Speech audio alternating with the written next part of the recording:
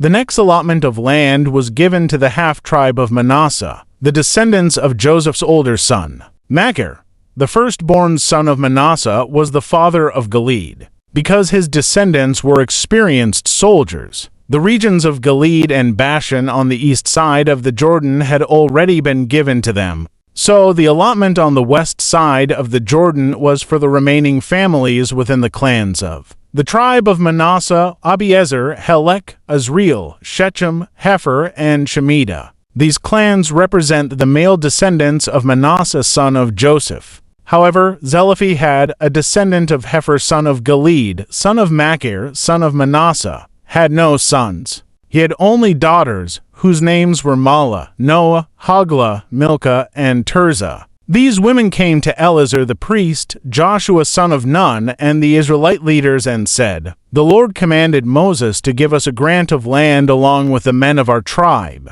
So Joshua gave them a grant of land along with their uncles, as the Lord had commanded. As a result, Manasseh's total allocation came to 10 parcels of land, in addition to the land of Gilead and Bashan across the Jordan River, because the female descendants of Manasseh received a grant of land along with the male descendants. The land of Gilead was given to the rest of the male descendants of Manasseh. The boundary of the tribe of Manasseh extended from the border of Asher to Mikmetheth near Shechem. Then the boundary went south from Mikmetheth to the settlement near the spring of Tappuah. The land surrounding Tappuah belonged to Manasseh, but the town of Tappuah itself, on the border of Manasseh's territory, belonged to the tribe of Ephraim. From the spring of Tappuah, the boundary of Manasseh followed the Kana ravine to the Mediterranean Sea. Several towns south of the ravine were inside Manasseh's territory, but they actually belonged to the tribe of Ephraim.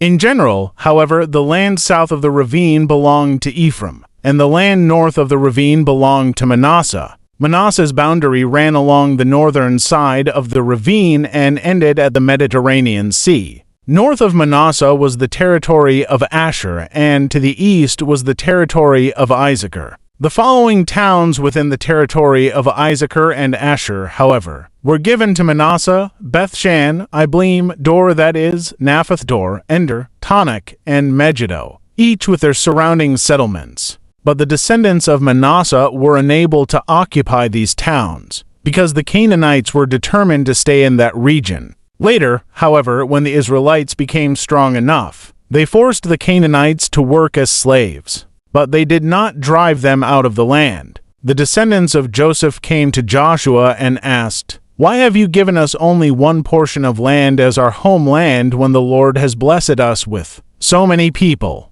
Joshua replied, "If there are so many of you, and if the hill country of Ephraim is not large enough for you, clear out land for yourselves in the forest where the Perizzites and Rephaites live." The descendants of Joseph responded, "It's true that the hill country is not large enough for us, but all the Canaanites in the lowlands have iron chariots, both those in Bethshan and its surrounding settlements and those in the valley of Yizreel. They are too strong for us." Then Joshua said to the tribes of Ephraim and Manasseh, the descendants of Joseph, "Since you are so large and strong, you will be given more than one portion. The forests of the hill country will be yours as well. Clear as much of the land as you wish and take possession of its farthest corners. And you will drive out the Canaanites from the valleys, too, even though they are strong and have iron chariots.